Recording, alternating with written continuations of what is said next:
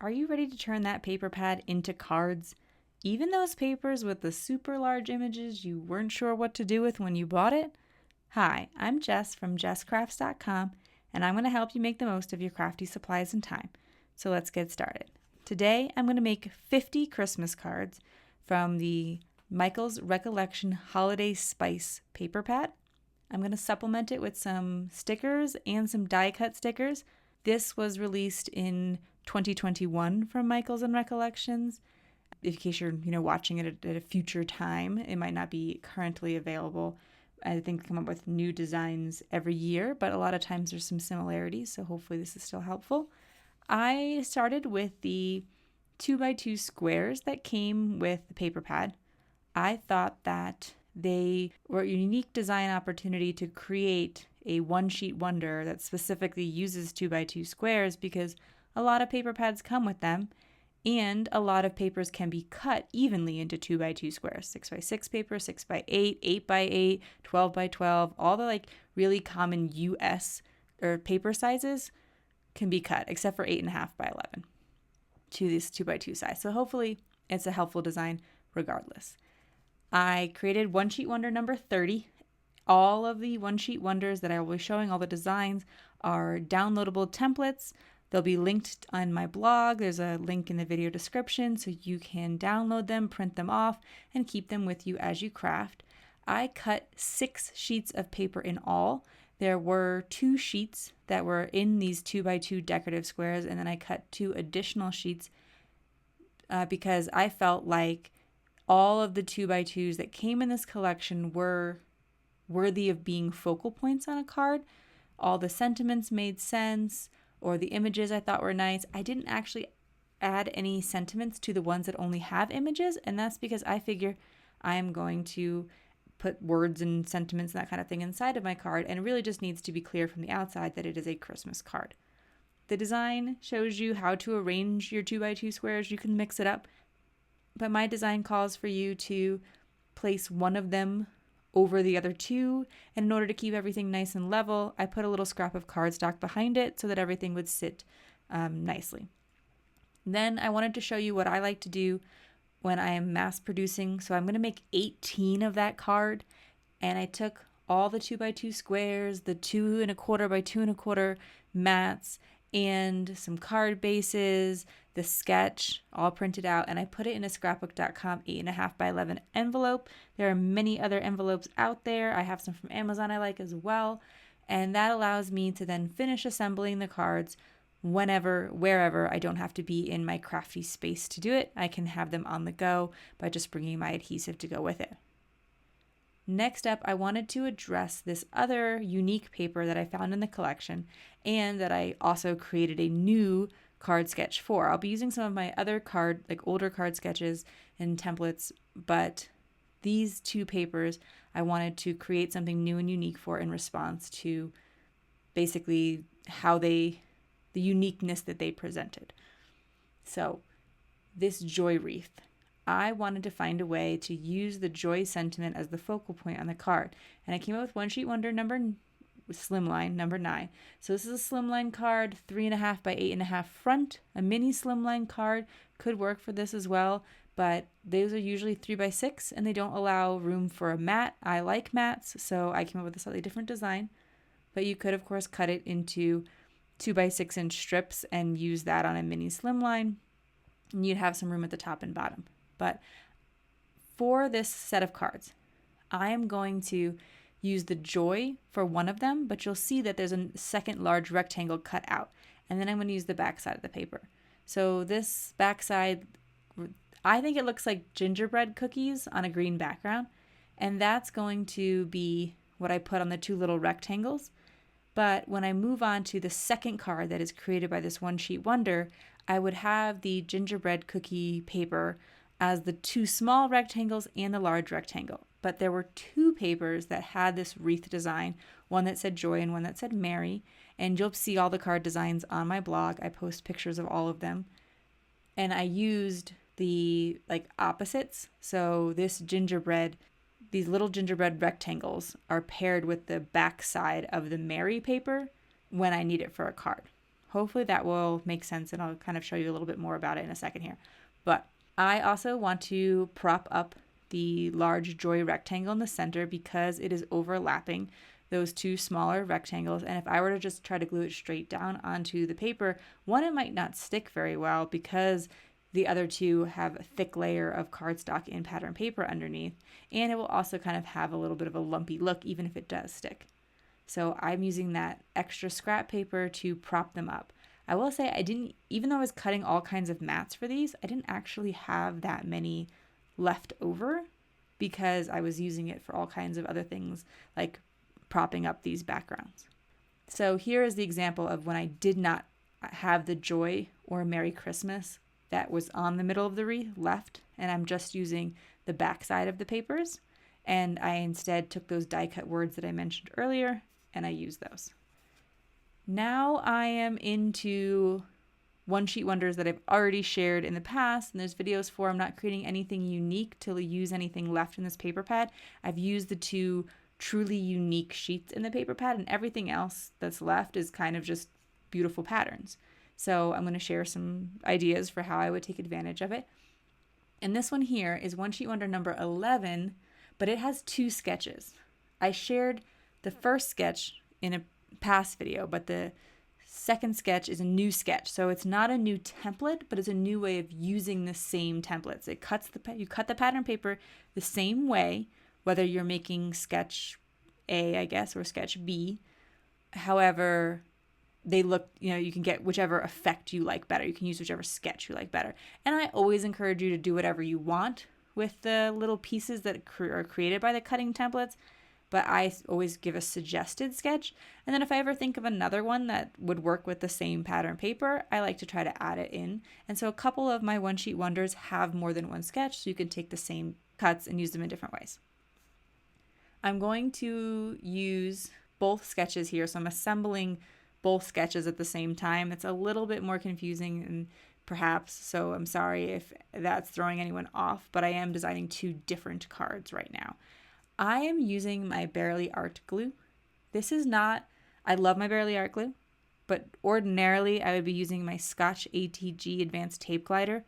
However, I ran out of tape. So if anyone's familiar with my videos, that's why I'm using a bit of a different adhesive today. I think they both work excellent. I had no warping. I was really happy with the way that the Barely Art glue held up to the situation. I personally find the ATG to be a little bit faster. I know that's not true for everyone. Some people have issues where the ATG, like the tape doesn't come off, or they find it really bulky and hard to hold. I do share a few tips in an ATG video that will help you to reload your ATG easier and use it hopefully easier. But yeah, I just wanted to give a brief explanation of why I was mixing it up with my adhesive. The sketch calls for these two large rectangles. I always like this sketch as a way of showing off a really pretty pattern paper. So I kept that in mind. If there's a particular pattern that I wanted to have a larger chunk of, it would be good to use with this sketch. So I take that large rectangle, and in the first version of this template, I use these little squares to make it look like there's a big line of paper behind that stretches across the whole card, but there's actually a gap in between. And so that's what I'm gluing down now. Like when I glue that other panel on top, it will look like there's this one long continuous piece of paper behind it, but it's not. And in order to compensate for it, I will again put these little cardstock scraps to prop it up. But the new version uses that same large piece of pattern paper and instead layers the squares on top of it to the right. You could, of course, do it to the left if that's your preference. The right kind of spoke to me. You could put them on top of just down the center, or you could do all kinds of other arrangements with them. But the pattern paper pack that I'm working with came with one sheet of paper that was just cut aparts of all kinds of sizes. So there were these birds in the wreaths that I'm going to use there on the right, and on the left you'll see there was these long skinny sentiments. So those two pattern papers that came in the collection, there are two of the identical because there's two sheets of each design in this particular pattern paper pack. I'm going to cut them apart and just use them as sentiments. So you may see that on these sketches, there's some additional pattern paper that's not accounted for in the One Sheet Wonder, and that's because it is often coming from this other pattern paper that was in the pack that was just embellishments. And I don't think of that as not like cheating on a One Sheet Wonder or something, because often with my One Sheet Wonders, I am calling for you to, after you assemble the pattern paper, add some kind of sentiment, embellishment, stamped image, etc. to go with it. But I just wanted to clear up where those patterns were coming from. I made 4 of each of these. So One Sheet Wonder template number 11, 2 sketches, but 4 of each sketch. So 8 papers, 8 cards in all. Next up, I am going to just some tried and true sketches that I've used in the past. This is all the way back at One Sheet Wonder number 2. So one of the very first ones I shared, because when I shared them, I'd shared them both in the same video. So this one is one of the, like, what would I do, like, really, really simply with a pattern paper? And I like it for when you really need to make a quick card, but you have a pretty pattern paper you want to show off, or you need like a large space for your sentiment and stamp or whatever you want to showcase. So it doesn't, the pieces of pattern paper are large enough. If you have a large scale pattern, this is great. Neither one of these is particularly large scale, but if you do have one, that works out well, because you don't have to cut these little small bits. Where some of my other pattern paper, some of my other One Sheet Wonders call for like really thin strips, sometimes only like ½ inch wide. And if you have a really large scale pattern, doesn't work very well. So this would be one of my go-tos. I'm going to again add some of the sentiments from that additional piece of pattern paper that was in this collection that had all kinds of sentiments that you could use. And I'm also, for some of them, going to pull in some of the stickers that I previously mentioned, and will be linked, and I'll show you a couple examples on the blog. There was a commenter, I'm so sorry, I can't remember who it was, but she was like very friendly, teasing me that I'm like addicted to craft cardstock mats, and she is so right. I definitely am. But I did try. I'd used a couple of burgundy or like dark red mats, just because I was like, yes, my default is to just use craft mats, and this, particularly this pattern paper, worked so beautifully with craft that I could have easily just done all of them with craft cardstock, all my mats. But I did want to mix it up a little bit, add some additional pops of color, and so those burgundy mats are for you. But I'm going back to my classic craft. I use cardstock from Michaels too, so my all the cardstock that I'm using for the mats is also Michaels Recollections. There's the craft pack, which is all craft, and then the red is from like a variety pack, and that's why I do find some of the other colors more challenging, because then sometimes I'll use all of the really dark red and then only have a bright red left and not sure what to do with it. Sorry, off track. This is One Sheet Wonder number, I didn't write this one down, guys, I'm so sorry. It's on the blog though. I think it's number 5, and it calls for these 2 strips and then a large focal panel. Something that's nice about this one is, even though it is a horizontal card, you can still use this with a design that has a clear top and a clear top and bottom. So like, say you had your pattern paper had a bunch of Christmas trees, like one of these does, not the one I'm using, but another one from the collection. So there's like, if you were to turn them to the side, they're gonna look sideways. So if you have a pattern where you need the top to be at the top, One Sheet Wonder number 5, this one that I'm using, works well for that. And not every single One Sheet Wonder does. The piece of paper that had all the sentiments, it had this one that said Holiday Market. I don't know who is going to use that for what, but I wanted to still make it work because it had the little pretty like oranges, I think, that are there. Maybe they're flowers. But anyway, I wanted to just cover up the market word, and I took the itty bitty holiday sentiments from MFT.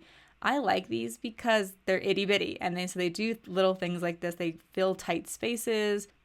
They work when you only have a small bit of room. And so I'm covering up the word market with the sentiment be joyful. So it says holiday be joyful, which is also a little bit odd, but I thought it worked better than holiday market as a sentiment on top of the card. Then I want to finish off the cards with a sentiment inside. And so what I like to recommend is that you get a stamp set that has like full-on Christmas sayings. This is a Sunny Studio Holidays Inside Greeting stamp set. There's a couple of them out there. I will link them, but I really recommend just going for it and stamping all of the insides right away. And another little touch I like to do is stamp that in color and add just a little stamped image from my collection, like that reindeer in the corner. If you found this video inspiring, here's another video where you can find more ideas for enjoying your crafty time and supplies. Let me know you like this video with a share to your crafty community. Subscribe and click the bell so you don't miss the next template or tutorial, and check the video description for product links. See you in the next video.